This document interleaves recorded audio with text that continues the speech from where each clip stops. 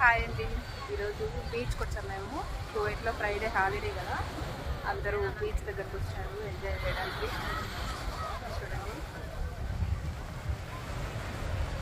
మా బాబు మా ఆయన నీళ్ళలో మునగడానికి వెళ్ళారు. చూడండి అలలు చూడండి ఎంత బాగున్నాయో.